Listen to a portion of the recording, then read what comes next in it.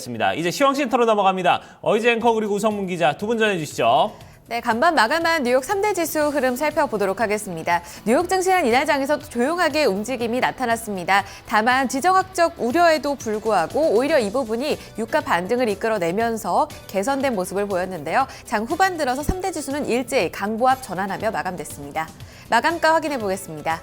다우존스 지수가 0.11% 상승했고요. S&P 500 지수가 0.07% 강보합권 마감, 나스닥 지수 거의 후반까지도 약보합권에 머물러 있었는데요. 이후에 강보합권으로 전환하는 모습 나타나면서 5,102포인트 선에서 거래 마쳤습니다. 3대 지수 가운데 다우존스 지수 하루 동안의 양상부터 확인해 보겠습니다. 장 초반에는 일단 투자 심리가 좋지 못했습니다. 하락권에서 출발을 하는 모습이었는데요. 장 초반 유럽 증시 영향을 강하게 받았습니다. 일제히 주요국 증시가 내리면서 거래 마감지었는데요. 러시아 군용기가 시리아 국경 근처에서 터키군으로부터 격추됐다는 소식이 전해졌습니다.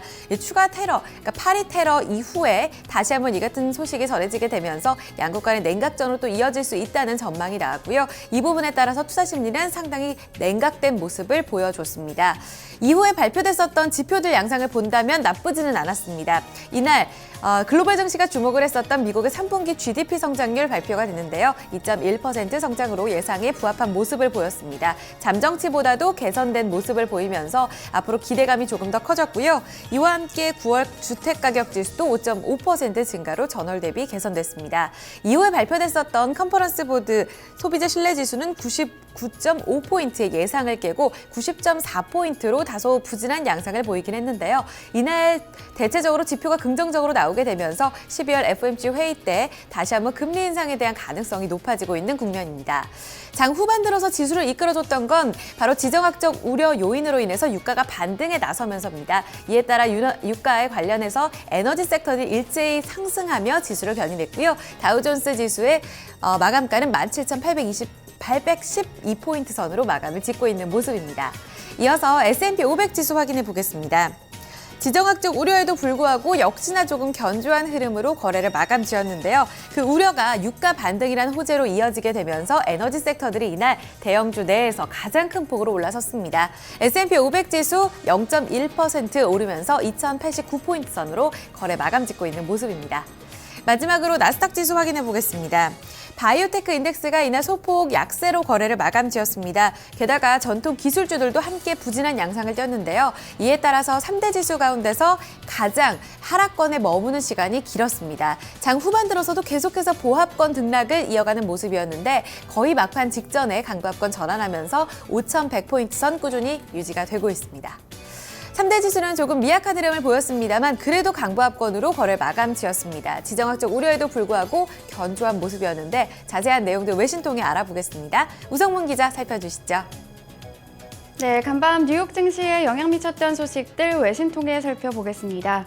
앞서 들으신 대로 이날 이 터키군이 러시아 전투기를 격추시켰다는 소식이 전해지면서 지정학적 리스크가 고조되는 모습이었는데요. 이에 대해서 터키 측은 러시아 전투기가 자국 영공을 침범했다고 밝혔지만 러시아는 여기에 강력 반발하면서 긴장감이 고조되고 있습니다.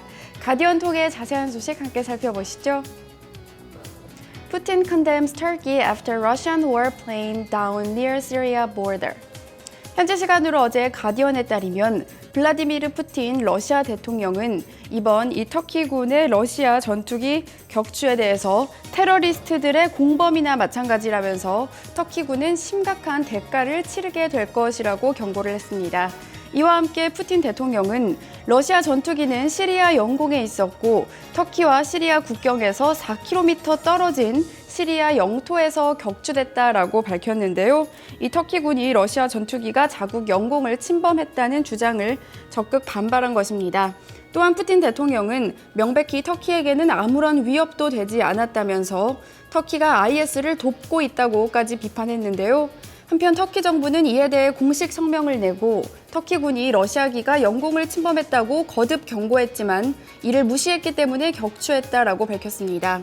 또한 터키군은 러시아 전투기가 영공을 침범했다는 증거로 비행 추적 자료를 공개하기도 했는데요. 한편 이번 사건에 대해서 버락 오바마 미국 대통령은 터키도 영토와 영공을 방어할 권리가 있다면서 터키를 옹호하는 발언을 했습니다. 프랑스 파리 테러 이후 꾸준히 높아져 왔던 지정학적 리스크가 새로운 국면을 맞으면서 우려감이 고조되고 있다는 평가입니다. 네, 다음 소식 살펴보겠습니다. 이날 미국 내 발표됐던 지표들은 우수한 모습을 나타냈습니다. 특히 그중에서도 미국의 3분기 GDP 수정치가 예비치를 크게 상회하는 모습을 보였는데요. 따라서 연준의 이 연내 금리 인상에도 더욱더 힘이 실리고 있는 모습입니다. 마켓워치톡의 자세한 소식 함께 살펴보시죠. Third quarter GDP up to 2.1% from 1.5%. 현지 시간으로 어제 마켓워치에 따르면 미국의 3분기 GDP 수정치는 2.1%를 기록하면서 잠정치였던 1.5%보다 크게 높아지는 모습을 보였습니다. 전문가 예상과는 부합하는 결과가 나왔는데요. 특히 이 기간 기업 재고와 설비 투자가 크게 증가하면서 3분기 GDP를 끌어올리는 요인으로 작용을 했습니다. 실제로 이 기간 기업 재고를 살펴보시면 568억 달러에서 902억 달러로 껑충 오른 것을 보실 수가 있는데요. 이뿐 아니라 설비 투자 역시 잠정치 2.1%보다 높아진 2.4%를 기록했습니다. 하지만 미국 경제의 3분의 1을 차지하는 소비 지출은 속보치 3.2%보다는 낮아진 3%를 기록했는데요. 수출 역시 달러 강세의 타격으로 1.9%에서 0.9%로 내려갔습니다. 그러나 4분기 GDP 역시 2.7% 정도 우수한 모습을 보일 것이라고 전문가들은 내다봤는데요.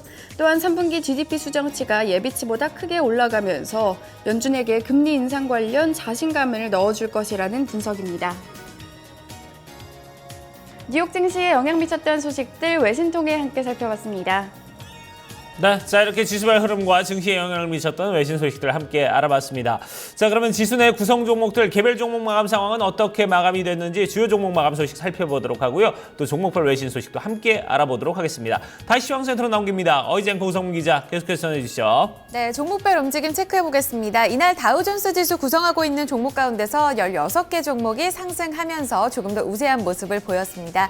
가장 좋았던 쪽은 단연 에너지 섹터였습니다. 엑소모빌과 쉐브론 텍사코 포함해서 유가 섹터, 유가와 관련된 에너지 종목들이 좋은 흐름을 보였었고요.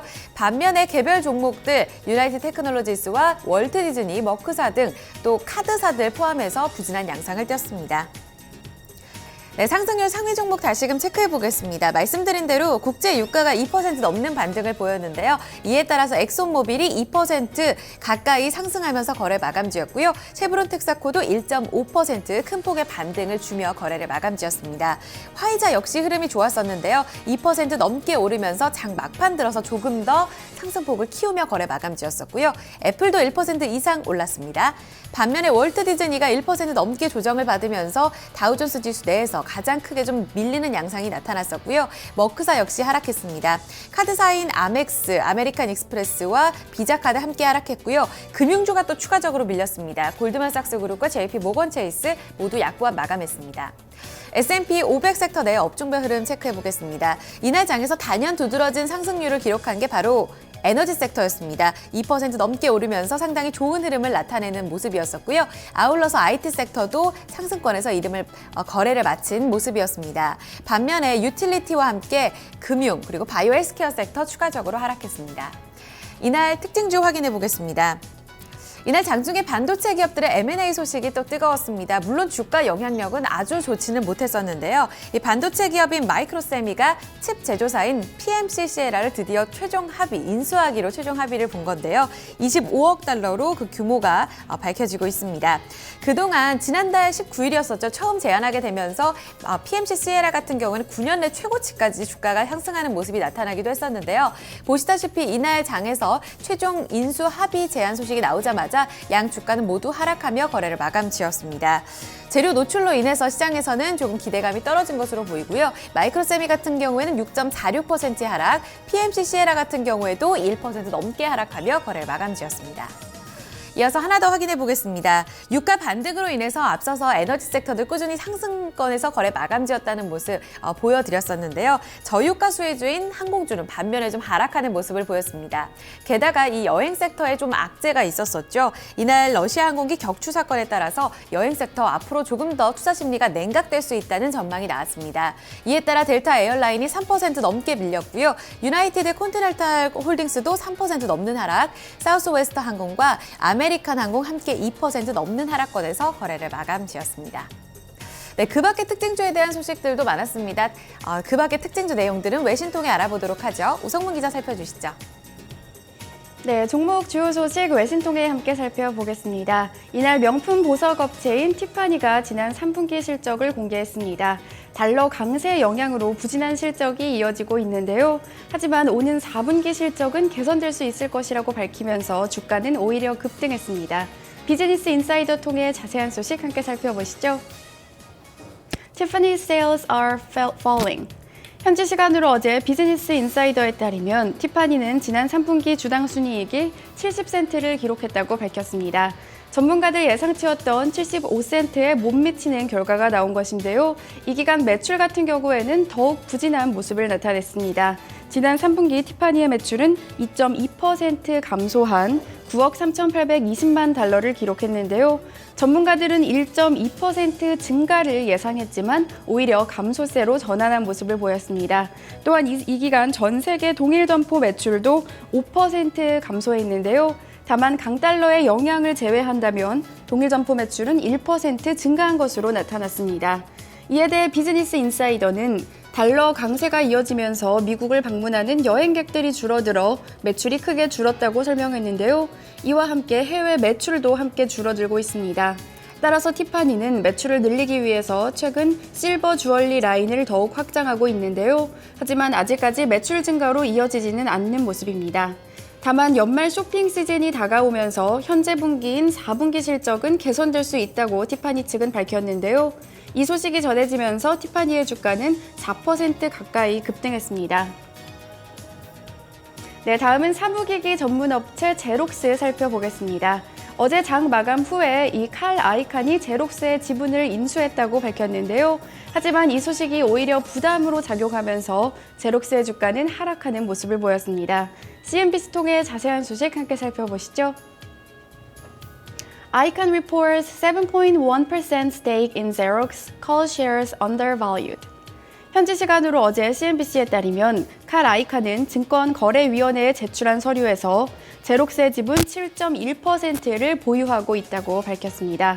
이와 함께 아이칸은 이 제록스의 주가가 심각하게 저평가되어 있다면서 이사회와 경영진과 이 실적 개선을 위해서 전략 변화와 이사회 취임 가능성을 논의할 것이라고 밝혔습니다.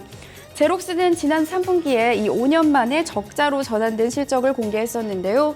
달러 강세와 함께 사무용품에 대한 수요가 줄어들면서 실적이 악화되고 있습니다.